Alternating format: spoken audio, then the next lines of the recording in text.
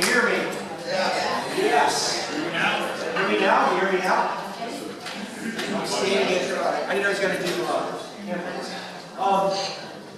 It's an honor and a privilege to be here tonight to get a chance to talk to you about a topic that's near and dear to everybody's hearts and tires. And before I do that, I want to take a point of privilege and just say that I want to really congratulate everybody, the folks in the city, the residents, as well as my staff and the commission. They handled Hurricane Matthew really well. Thank God for the wobble. We will take the wobble, and luckily we didn't sustain any serious damage. But I did receive a tremendous amount of nice comments from residents and customers of the electric utility.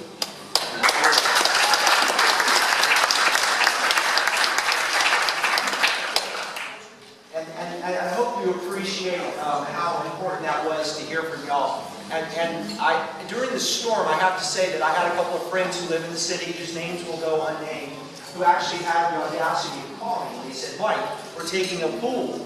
We want to know what time the power's going out and how long it will go out. Are you in?"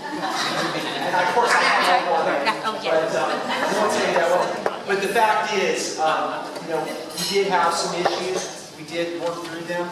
And all of the staff has been practicing and working hard to develop a comprehensive emergency management plan, not just for hurricanes, but for all emergencies that potentially come our way. And they've trained. I have to tell you, I have gotten the best staff in the last couple of years. I've added to that. And I have a few here I want to introduce so that you get to know them for other things that you may have with the city. They're approachable, they're smart, and knowledgeable. Of course, I've got our new finance director, Marie Eleanor. You have to mention.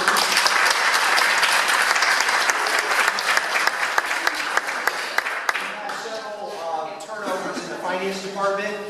Marie has been a tremendous asset to find here these last, how many months have you been with us? 7 months.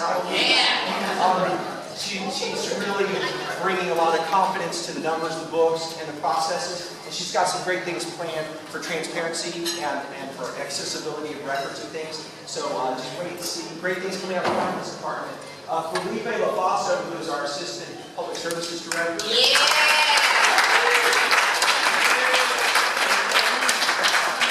Felipe is our hometown boy. If you don't know Felipe, well,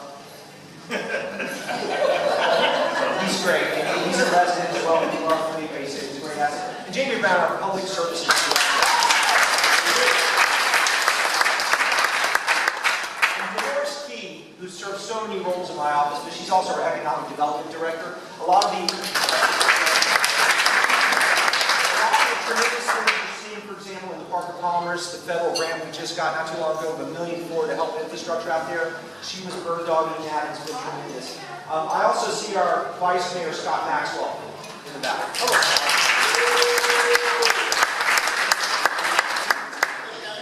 All right, let's get to it.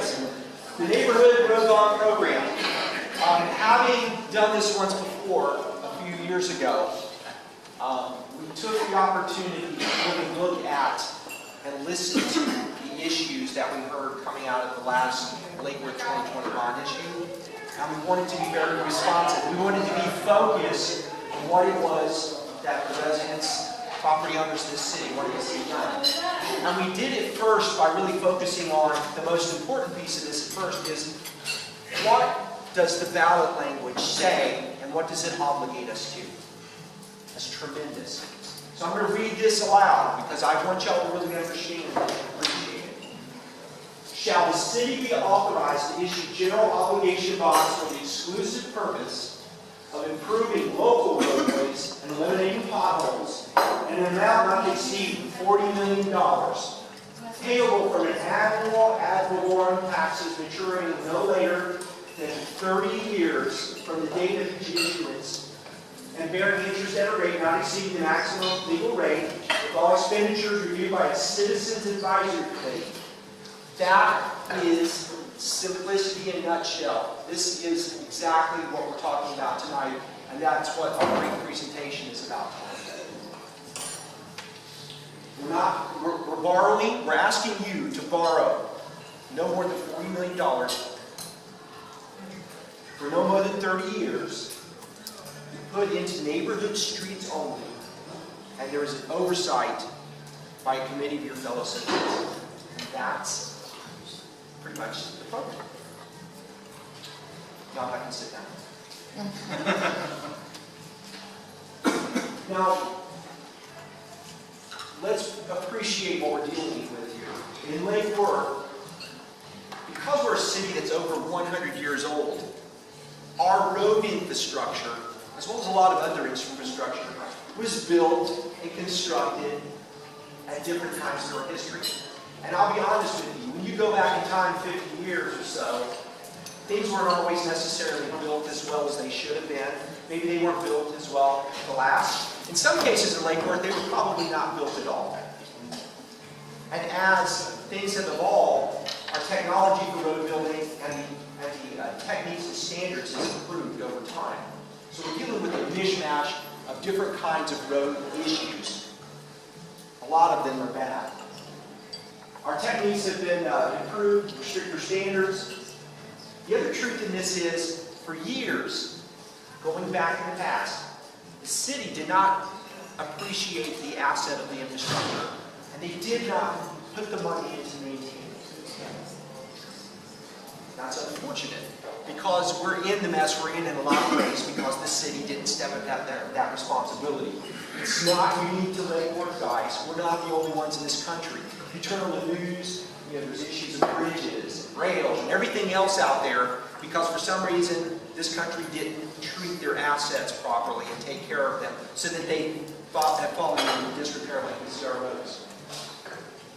Maintenance and repair is necessary to extend the life of any road, and that's just where we find ourselves today. We didn't do it, our roads are shot, and we need to really look at considering pushing the reset button and starting over. Now, with that, I want to introduce Brett Whitfield. Now, Brett was the engineer, representing an engineering firm, who did the initial assessment of our roads in 2013. And most recently, this year, did a re-up on that to assess the roads so that we can start fresh with the data. And with that, I'm going to turn him over to sort of do the next few slides and explain this information. Thank you, Mike. Starting my clap, I appreciate that. Andy's a neighbor. Yeah, first of all, I want to introduce myself not just as the engineer that did the work, but I've lived in the city for 13 years. I served on the NAPC for several years. I was in College Park neighborhood president for 5 years, I believe. I'm definitely a resident. I will be paying this tax, this increase into the bond if it passes. And I wanted to tell you about kind of how we came to the point where we did. Basically, I was the one that put together the data to supply the city to really kind of do the assessment, see where the city's at, and start making decisions on what they needed to do. So, let me start by talking about asphalt pavement. I don't know how many of you know much about it, but basically a road is a three-layered system, an asphalt road. You've got the sub-base material, which is the sand that pretty much anywhere you dig a hole past the side, you're going to get to that white sand. You have the sand, you compact that. So you have a compacted base of sand. Then you put a lime rock layer, hard, coarse, white rock that you see in the bottom of every pothole that you can try to find. So that's the lime rock layer. And then you have a thin layer of asphalt on top. Now, that thin layer of asphalt is really designed to protect the lime rock below it, give you a friction course for your rubber tires to get friction with the road, and help with durability. The strength of the road is not that asphalt layer, it's the lime rock layer below. So what's really holding your car up and preventing it from sinking in the ground, like if you were driving on a dirt road, is that lime rock layer that's compacted. What happens if you don't maintain an asphalt road is you start to see those cracks.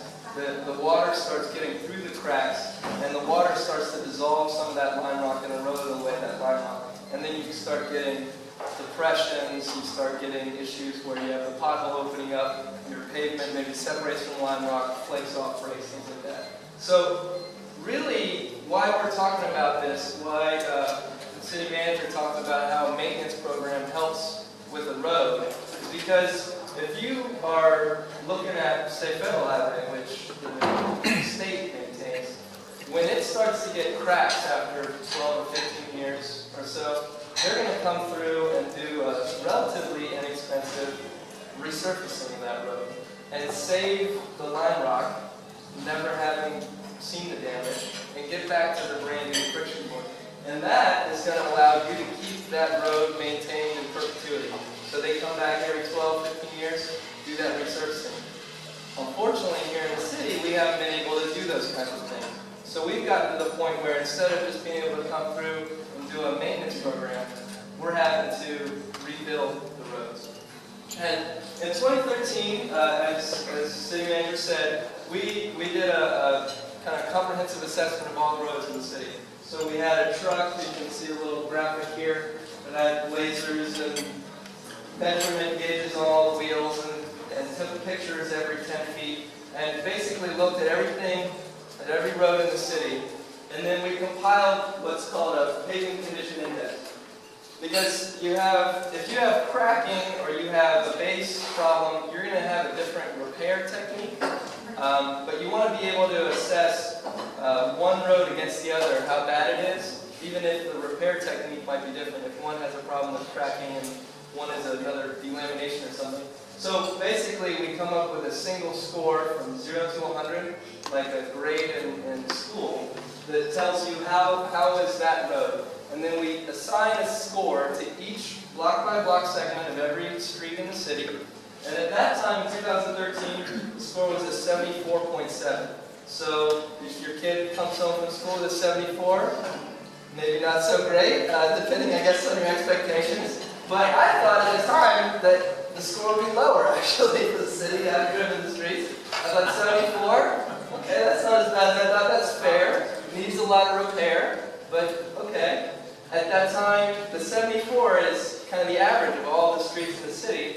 10% of the streets were complete redo. You looked at 10% of the streets and you said, these are gone, there's no amount of maintenance we can do to fix them, they need a complete rebuild. We made our recommendations to the city looked at alternatives to try to address that. We didn't get there. Here we are today, 2016. We looked back at the streets. Now we already had this comprehensive data set, driven the truck all around. We didn't want to go back and do a whole new evaluation of that. But what we do know is, we know how much a road deteriorates with time. You know, based on where it was in 2013, 3 more years of age, where's it going to be now? You start looking at what the city looks like, what the city roads generally do with time. You run that forward to 2016 now, it's a 68 out of 100. And instead of 10% of the roads needing complete redo, 22% of the roads need complete redo. So that, I think, not just talks about the need for an investment in the infrastructure, but really highlights what happens if we're back here in 2019. Is that 30%? Is that 40%? You know, however you look at it, some kind of investment needs to be made into the city streets. You can just see that over time.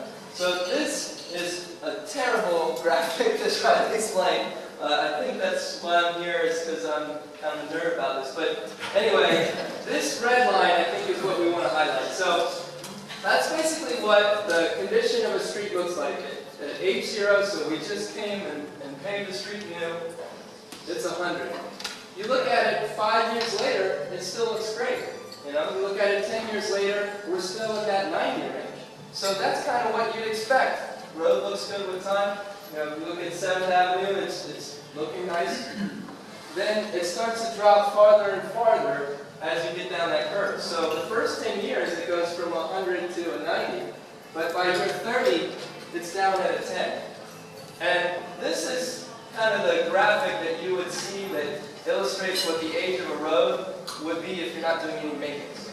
And the point that I think that we want to make on behalf of the city is really, if you come in here at year 15, which is really when the state is going to look at federal highway and say, it's time for our regular maintenance, they have money and they're going to use to do it, they reboot from here back to 100 for a much lower price than it's going to take us to take one of our streets back to 100. They reboot back to 100, and then 15 years later, they're back at 80, and they just do that program again. So what we really want to get the city, the whole infrastructure on, is a program where we're doing that maintenance and kind of getting that reboot. Right now, a lot of our streets, as you know, are down here and need a full reset before we can start doing the regular maintenance that Jamie and Felipe want to implement in the city. And I think that really covers what I have to talk about. We did have the PCI scores we gave with to the Public Works Department and worked with them. I guess I do have one more slide to talk about. So we really supplied the city with that PCI data block by block. It includes a lot of different things you can use to rank, and also a repair for a street that's in really bad condition is different from a repair for the street that's in middling condition. So we have an assessment for each one of those block by block segments of street. What kind of repairs needed? How much is that going to cost? That gets rolled in with Jamie's information and really puts the whole package together. Yep. Hello everyone, Jamie. So we took all of the information, the data that we got from AD Engineering, from Brett, and that was the building block for our entire bond program. That was what we used for our first layer. Now, when you look at the actual maps and you look online and you see those individual line segments for each project, that cost consists of 5 different components. And those components are the roadway, which is the actual asphalt itself, which is all the information we got from Brett. Then on top of that, the sidewalks and curbing, which includes all of your ADA issues, everything else. Also, it includes your signage, your striping. It includes a contingency amount, which you'll find on any construction project, as well as the cost for our soft costs, which are engineering, design, permits, surveying, everything else. So those 5 components actually comprise every single line segment you see on those maps that has that cost point there.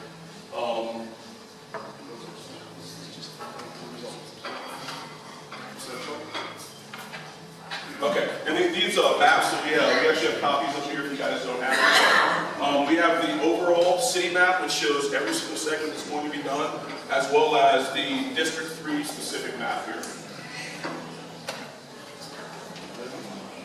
Did you do that? All right. How much will it cost? This is very hard to really put out there because everybody has a different taxable valuation on their property in a different set of circumstances. We wanted to focus on trying to choose what the largest block of people are going to be representing the housing units in the city. And in late work, about 64% of all residential properties are valued at $100,000 or less. Okay? 64, I said it right, yeah, 64%. So if you take as an example, we'll use the outer edge of that $100,000 in valuation for the homestead, you would get $50,000 in exemptions off. Your taxable valuation actually would be $50,000. And in year 3, on the borrowing, we would be at a maximum of 1.56 mils against that valuation. That would generate enough money to pay the bonds. And for this property, it would be $78 a year as an assessment on the tax bill.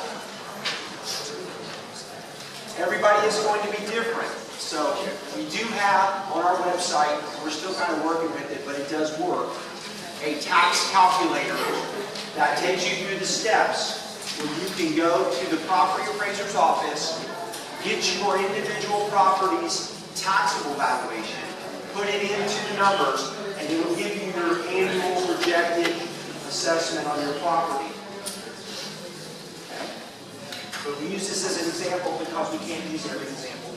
But it does represent 64% of all properties in the city. If you need more information, lakework.org, our website, you go to the page, there's a red neighborhood road bond, and if you click on that, it will take you to the page. We have the map. The map is interactive. You can go to any road segment in the city, and find out what the projected cost that Jamie was talking about for each road segment is. You can also find out what roads obviously are being done. If you have any questions, roadbond@lakeport.org is an email address. If it's detailed, if you want to ask a question tonight, for example, let us know. We'll get back to you and answer your questions as best we can. All right. And with that, Mr. President, I turn it back over to you. We're going to pass out some more information. Mr. President. Can I ask a question? Mr. President. Andy, get up there. Sorry, that's been a big class.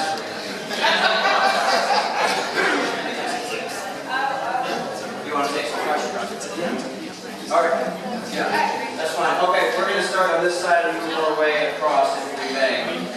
So, Do you have a computation for how this will affect commercial buildings, commercial property? Yes, all you need to do is get your taxable valuation of any property and put it into the calculator. So it's the same rate? It just multiplies against the 1.56. It's the same rate? Yes. Okay. Yes, it is. Yeah, in terms of road repair, this might be for Jamie. Jamie? In terms of road repair, will it be in priority of worst or will it be in priority of blocks?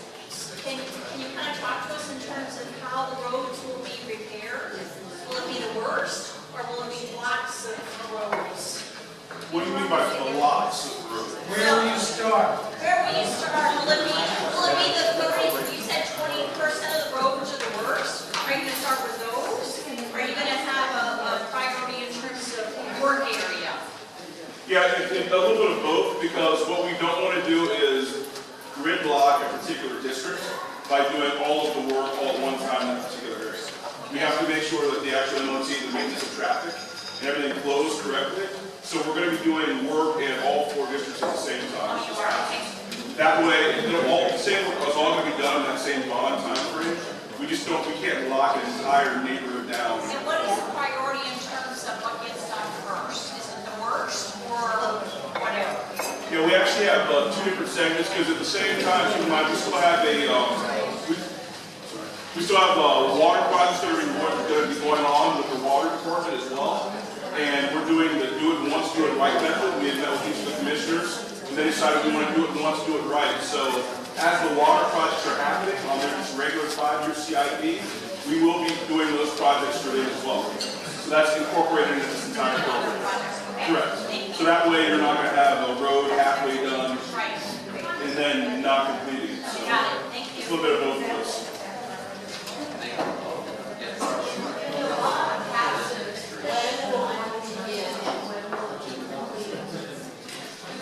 Can we repeat the question? When will the work begin if it passes? And when will it be completed? Yeah, the summer of 2017 is when work will start. We'll be 4 years from then, so we're looking into 2021. If you have to stand up and ask questions, it might make it easier for everybody here. Oh, okay. Yep. Teresa, go ahead. I'll just yell it back out. It isn't really a question. Now, we were sitting here, I went on my iPhone. We live at 829 North Lakeside, and our taxable value is about $162,000. Our monthly charge on this is $12.28. And to get it in perspective, that's 2 Starbucks bottles.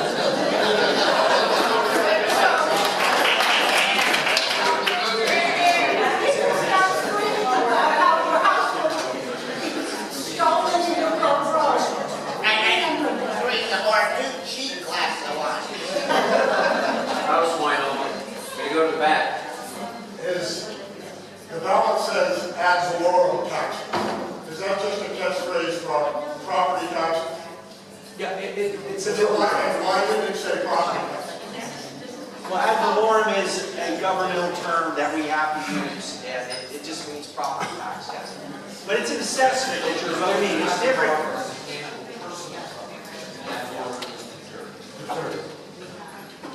And the house. Right, right next door.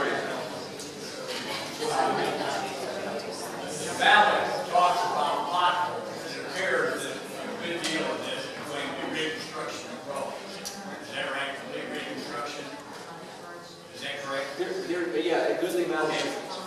My question is then, does the city then have the money to take care of the utilities that are under that road? Can we do it at the same time, or are we not going to have the money to reduce the utilities? Well, understand that the water utilities, for the most part, is actually following a 5-year program now. It's funded, and they are in process of replacing water lines and doing looping and putting in fire hydrants. That's occurring under the Water Utilities Department. So yes, that's being funded and happening as we speak. This road program will be on top of those roads. It's not dependent upon. Does that answer your question? Well, Is the water line in the alleyways, not on the road? Because that's what's being replaced now in the north part, correct? Coming from the alleyways. Are you talking about the 2-inch steel water line replacements? well, sewers, water lines, those types of things that obviously need to be repaired. Just want to dig the road up twice. No, we're not. If we do it once, do it right. We're not going to rip up the road twice. They're coordinated. Yes. We wouldn't. Yes, exactly. I apologize. I misunderstood. Yes. Ted in the back. I had a question, it's sidewalks, two questions. Okay, sidewalks that were included on this road, if they're adding sidewalks where they weren't any, or repairing ones that have big holes in them. And then two, where can we find more details about the worst roads and the cost it costs to replace those roads? And then the better roads and the cost that it costs to replace those roads? Like kind of a range, best case, worst case scenario.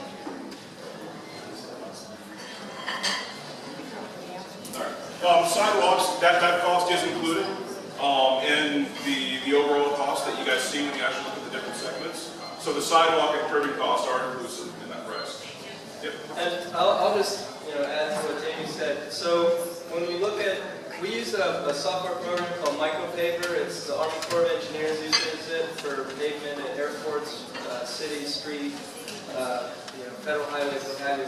And basically, we took that and then filled in numbers for what the city pays right now, contracted rates for a repair that's a patch, for a repair that's a mill and resurface, or a repair that's a full depth reconstruction. And so each segment is matched the repair type it needs with the price that the city pays for that type of repair at the current contracted rates. And then that, what's that? The software? So the Army Corps of Engineers, the U.S. Army Corps of Engineers, has a software package called Paver, or Micro, that they use. So that's what it's, commonly used industry-wide. You get the PCIs, and then you can do things like project how many streets need to be paved, and what's the maintenance requirement, what's going to need to be done in years down the road.